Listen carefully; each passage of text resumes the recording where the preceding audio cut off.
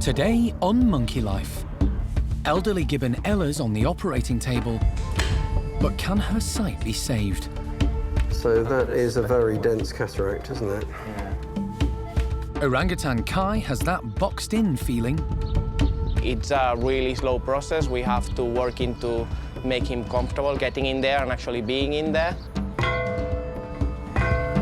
And the squirrel monkey and Saki enclosure gets a makeover.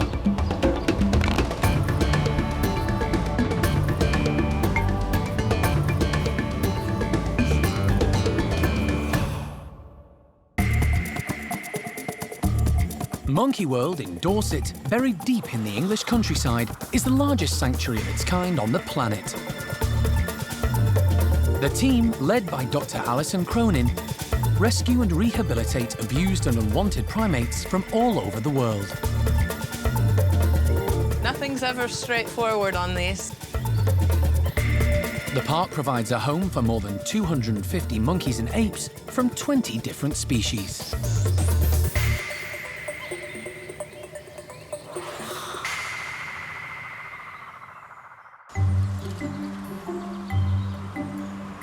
Over at the park's hospital, a big day is planned for one of Monkey World's older residents, and the medical team are getting ready. So we've decided to go ahead with Ella's eye operation for her cataracts. We've had to shut her in early this morning and make sure that she's got no breakfast and things like that in preparation for the operation. And we're just obviously a little bit of a concern, a little bit of worry. She is an old lady, and of course there's always going to be issues and concerns over how the anaesthetics and things are going to go. We have put in lots of preparation, we've done lots of training with her, so hopefully that'll all take effect and work really smoothly, and that'll help in her favour today. Over recent months, staff have become increasingly concerned about Ella's eyesight. She's developed cataracts in both eyes and been moving around slowly, frequently having to pause to work out her next move. It was becoming obvious that something had to be done. And so today, human eye specialist Lindsay Bray and his team are going to try and give Ella back her sight and quality of life. Recently, Lindsay successfully treated a cataract on Lola, a chimp in her late 20s from Paddy's group, and he's hoping for a similar outcome with Ella. She's been anaesthetised and had drops put in both eyes to dilate her pupils, ready for the operation. Specialist wildlife vet John Lewis has been brought in to control her anaesthetic. I'm going to need Ella's head right at the top here. Yep. Everything shuffles So that I'm way. going to need her head up here. Okay. Okay. Just slide the whole animal up on its heat mat, that away. It's this, it's going to A drag. bit hairier than most of my patients, isn't she? That's probably too high, isn't it? I think that's going to be fine. Look at that pupil. That's going to be fine. That yeah. pupil's come up again. Have you But- picked an eye open? Yeah, the left one. eye? Yeah. Because that one's Yeah. worse, or... They're both the same, but the pupil's bigger. Okay. Lindsay will only operate on Ella's left eye in case there are any unforeseen complications. Ella has got 2 absolutely white cataracts, so Ella won't be able to see anything at all. If you were to wave your arms in front of her face, she would just about be able to pick that up. That really is all she could see. And both eyes are the same. Sometimes white cataracts like this become very hard, and then technically that does make it a bit more complicated. It's also complicated by the fact that Ella's eyes are very small compared to a human's eye. I won't really know until I start. Ella's eye needs to be kept open using a tiny instrument that's normally used for eye operations on human children, and getting it in place is tricky. We got some 6-8. Ah, there we are. It's okay. Done it. Yeah, done it. Well done. With it in position, the team are ready to start. So that is a very dense cataract, isn't it? Yeah. Lights down, yes, please. We'll do it from the top then, Well, that's a small eye, isn't it? In order to remove the front of the lens, Lindsay uses a blue dye to stain it, which makes it easier to see what he's doing. Drop some here, please, Jared. Thank you. It's a very difficult procedure on a smaller patient, and there are some nervous onlookers in the room. Right now, we can just stand and watch, and it's out of our hands. We've got no control, so it's kind of hard just standing around and waiting for the guys to obviously do everything, and then we'll obviously have the worrying bit of waiting for her to come round. So kind of really nervous at the moment and worried. Just got to wait and see what happens, really. And as the operation continues, things don't get any easier for the medical team. Okay, now we're going to have to adjust her head again in a minute, I think. This access is so awkward, isn't it? Awkward, yeah. It's because everything's so small, that's the tricky bit. You know.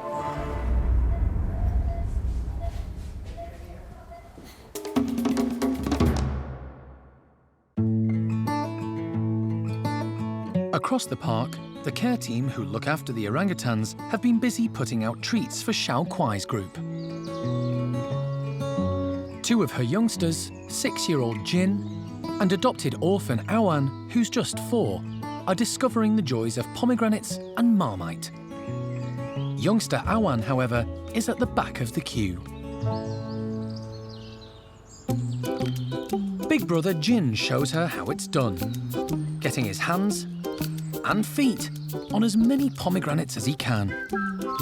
Awan is taken aback by his ability. He's obviously done this before. A little knowledge is a wonderful thing, and knowing where the fruit stash is hidden always helps. A quick demonstration of a top-flight Marmite maneuver shows off even more skills. It's too much for Awan, who's still trying to master pomegranate pips. While Mum Xiao Kuai is not inclined to share. Never mind, time for a quick after-breakfast play. And later, a cuddle from Mum.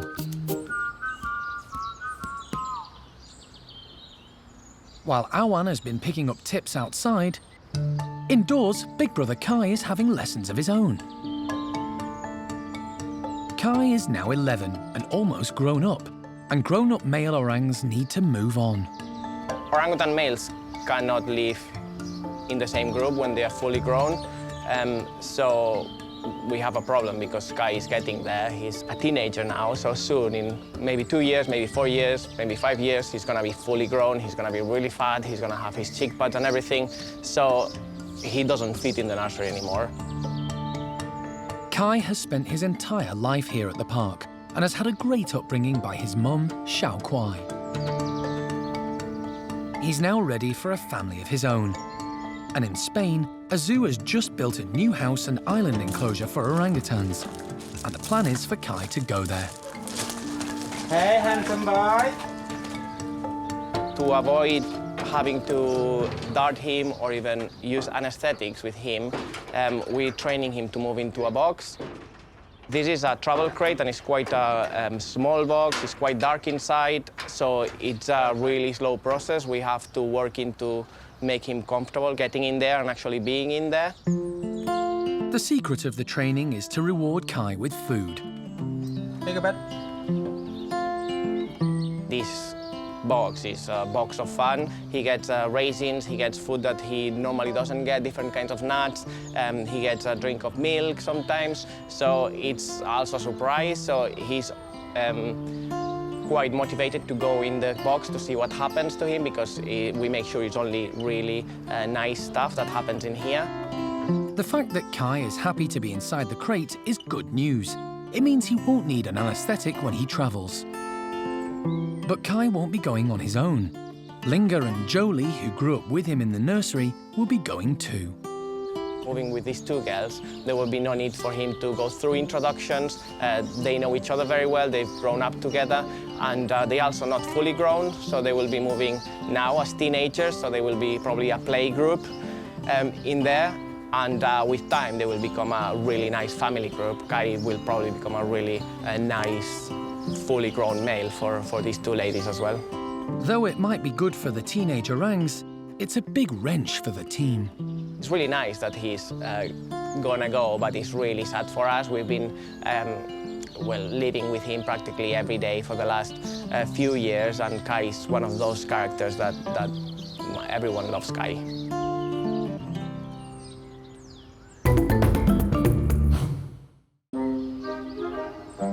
At the park's Saki and squirrel monkey outdoor enclosure, things are getting rather overgrown. Some of the branches are rotting, vegetation's becoming thick, and the whole area needs a renovation.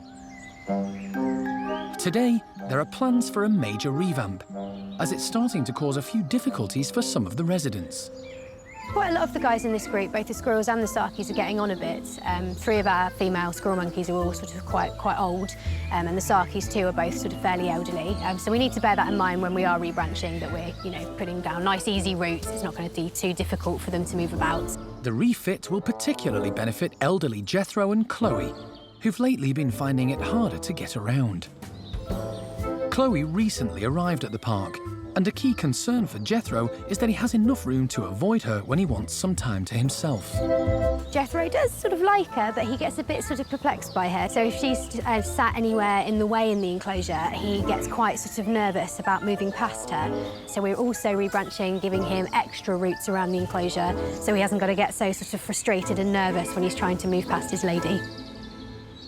Once done, the residents will have easier access to all areas. And the nimble squirrel monkeys have their own requirements too. They're a lot more agile, so with those guys we don't have to worry so much about thicker branches. We can use a lot of the hosing and the thinner branches, and we can run that up a lot higher as well, so we're going to have sort of 2 levels so they can get up nice and high. With such a big job on their hands, the maintenance team and primate care staff are getting together for the home renovations. And while they take place, the monkeys are waiting indoors, looking forward to the grand unveiling. They're finding it a bit frustrating, but it should be well worth the wait. After a lot of hard work, the transformation is complete. And it's time for the monkeys to give the revamped enclosure the once-over. Even senior citizen Jethro shows a sudden turn of speed. And they all seem pleased with the results of the facelift. Jethro is a little bit cautious to begin with. He's an older man, so when his environment changes, he has to take a minute to kind of think about what's happened. But once he sort of figured it out, he sort of made his way around the branching, just sort of checking that we'd done it properly and that he could move around okay and that it was supporting him. While Jethro enjoys a good nose about, doting Chloe, who has always enjoyed being outside, happily follows after him. Chloe as well has multiple places she can sort of sit where she's close enough to Jethro that she can keep an eye on him, which is where she sort of likes to be. But Jethro's also able to move around without having to worry if Chloe gets in his way. Revamp or not, one of the group is less enthusiastic.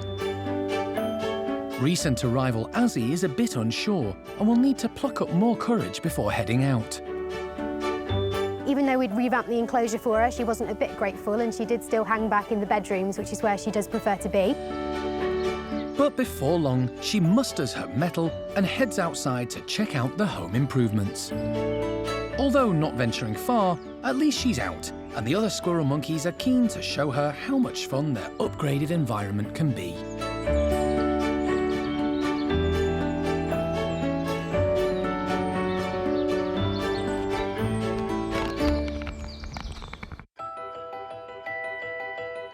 The park is home to 3 groups of woolly monkeys, each led by a dominant male. Long-standing resident Levar looks after 4 members in his family. Chippy, who's been at the park since 2010, has recently been moved to a new household of 6, which includes the park's newest addition, 4-week-old baby Olivia. And then there's Paolo. Born at the park in 2007, he's now in charge of Chippy's old group. The family includes Yurima and her daughter Ava and son Carlos, along with Pakaya and her daughter Oriana. Today, Paolo's group are getting their usual breakfast of fruit and nuts, but they're going to have to work for it. The primate care staff have filled bottles with straw as well as the healthy breakfast. and are putting them around the enclosure for these intelligent monkeys to find. It's a great activity to mimic natural foraging behaviour. Paolo's first out, and the hunt is on for the breakfast buffet. Pakaya has already found 2 bottles, and she's not sharing with anybody, even daughter Oriana.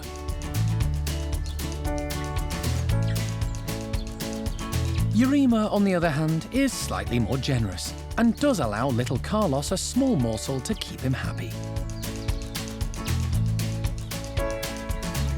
Pakaya has polished off the snacks from one of her bottles. But Paolo double-checks just in case she's missed something.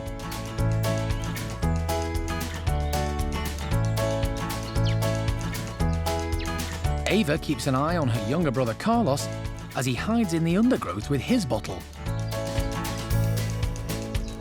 And, as big sisters do, soon decides her little brother should share with her. Pakaya just can't get enough of all this breakfast in a bottle. But she can't get to every bottle first, and new dominant male Paolo finds one for himself.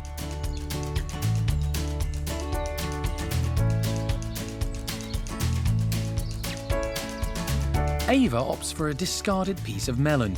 It's less fiddly.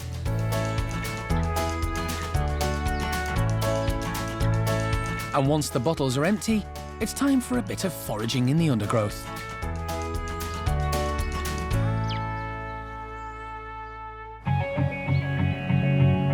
At the park's hospital, a rare and very delicate operation is being carried out on Ella, an elderly Gibbon.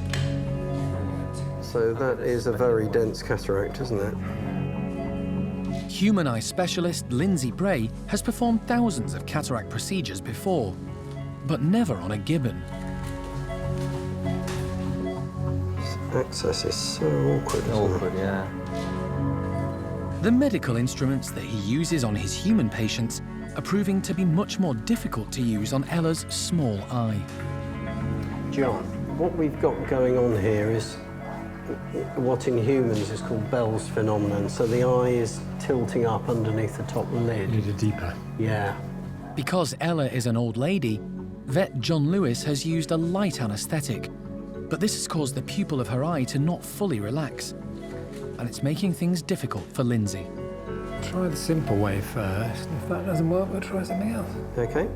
When the anaesthetic's quite light, the eye tends to drift right up underneath the top lid, and I can't get access to it to do the operation. And with Ella's eye being so small anyway, it's tilted right up, and a deeper anaesthetic just makes that relax, and then I should be able to get access again. So we're just going to see if that's done enough. Just, tell me when you think, John. Have a look now. We have to watch that eye, though, because it's very high. With Ella's eye now relaxed, Lindsay removes a small circle of the outer lens, which will later be replaced with an implant. He then gets to work breaking up the cataract. I'm just releasing it. I'm separating it from the capsule. And now you're going to... Now I'm going to use rattle its ultrasound whorls. here. Okay. But before he can start, he encounters a new set of problems. Ooh. The head's gradually falling over to the left. Yeah. We've got to somehow stabilise our head a bit. What's happening here is that bun Is that coming out? was coming out to the right. Right. So now if we get her Okay. head Right. propped up from that left Right. side, is that better? We'll see. Finally, Lindsay can get to work on the cataract. A phaco machine sends ultrasonic waves into the cataract, breaking it up into small pieces. These are then sucked up through a small probe. It's very difficult to rotate it. Yeah.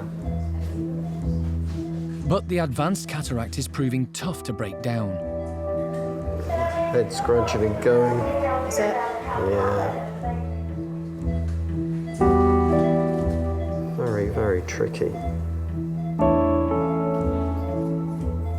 I might just see if it aspirates. Yeah. At last, Lindsay manages to clear the cataract. Okay, So shall I right, so take we the need more lens? heel on it, please. More heel on.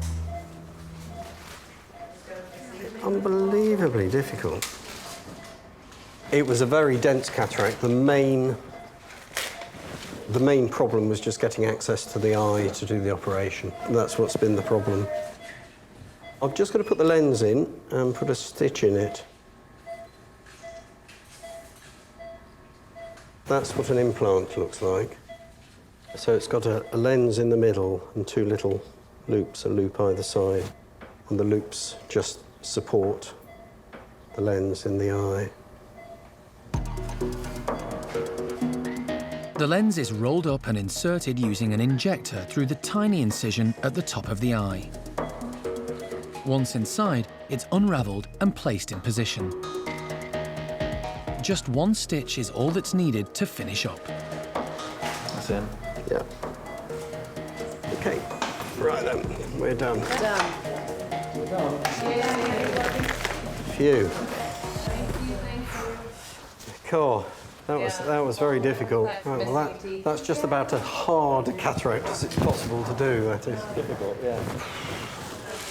Ella is transferred to a travelling crate where she will come round from the anaesthetic. For Lindsay, it's been a challenging but rewarding day.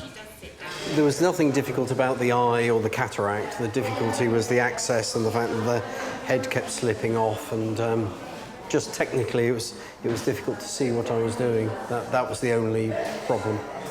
But it's gone fine. She should be seeing better within a couple of days or so. Yeah. With the demanding operation a success, the team can at last breathe a sigh of relief.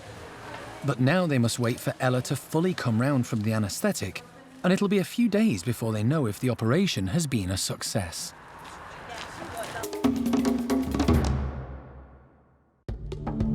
Next time on Monkey Life. The team face a difficult decision when squirrel monkey Samantha undergoes an operation. If it's operable, in other words, I can remove it, we'll do it. But I very, very much doubt it. And it's all gone bananas at the Capuchins.